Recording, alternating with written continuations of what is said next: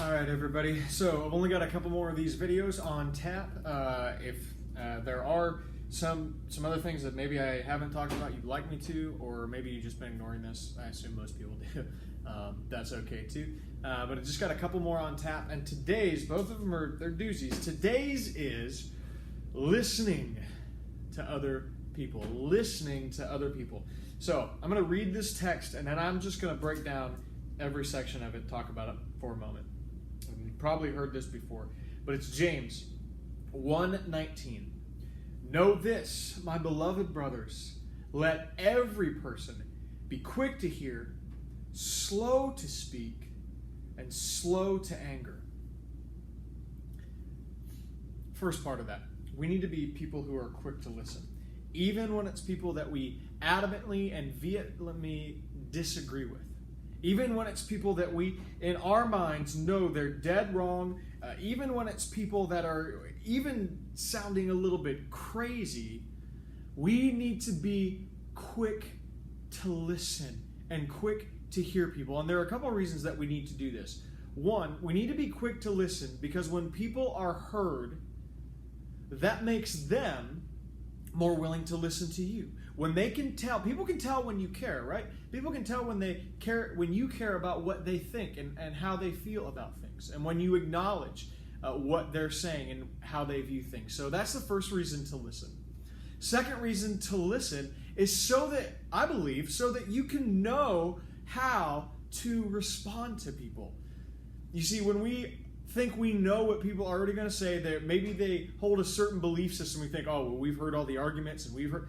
You got to treat people like individuals. And just because there's an overarching belief system to, say, Catholicism, or somebody would identify as Democratic or Republican or whatever that might be, just because they might ascribe to a certain group doesn't mean they hold to every single part of that belief system.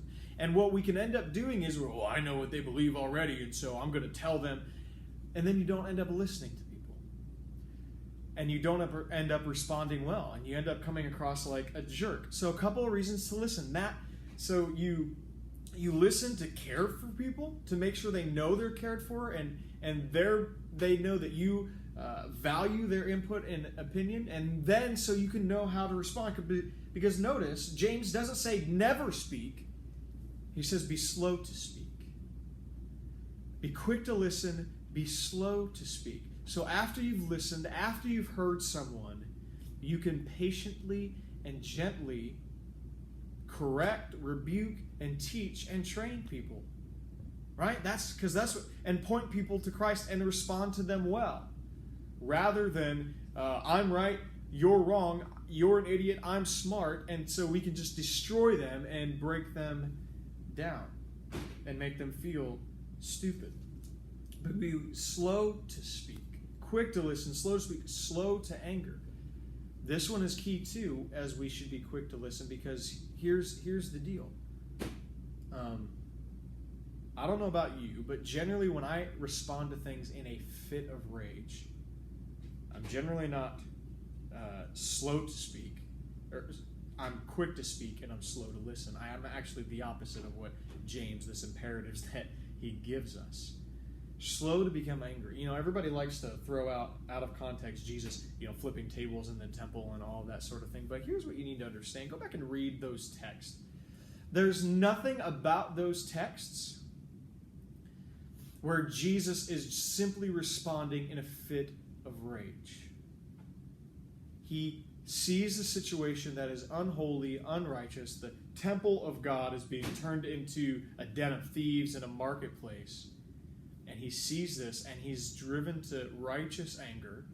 So there is, I believe we can feel a righteous anger, but Jesus doesn't respond in rage. And I think there's a very specific reason that he doesn't respond in rage. John 2 actually records that he took the time to make a whip with cords, a whip that actually historically, if you do your research, was not intended to harm anyone. It was generally a whip that was specifically used on animals. And so he was just driving the animals out of the temple. He wasn't causing anyone physical harm. He wasn't seeking to hurt someone because he wasn't responding in just a fit of rage.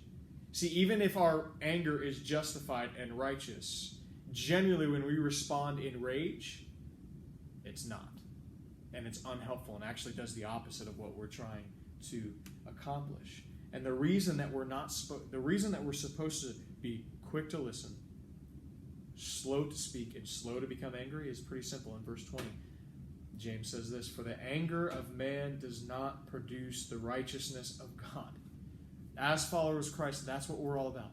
We want to see the glory of God revealed from heaven. We want the glory of Christ to be proclaimed and revealed, and we want people to know the beauty and joy and love of the gospel. And it's already offensive enough to people naturally because of the nature of the gospel. It's foolishness to those who are perishing, but we don't want to do anything to get in the way of that with unrighteous rage and anger and being quick to speak and not actually hearing and caring for people. Because the anger of man does not produce the righteousness of God.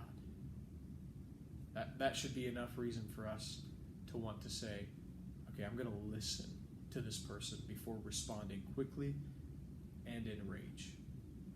Right? And I'm not good at this. I'm not good. Ask my wife. I'm not particularly great at being quick to listen, but we must be. If we want the gospel to be proclaimed, if we want Christ to be magnified in our lives, we must be people who first listen and then respond with patience and gentleness and kindness, speaking the truth, not avoiding the truth, but speaking the truth in love and not responding in rage and anger, because those things do not produce the righteousness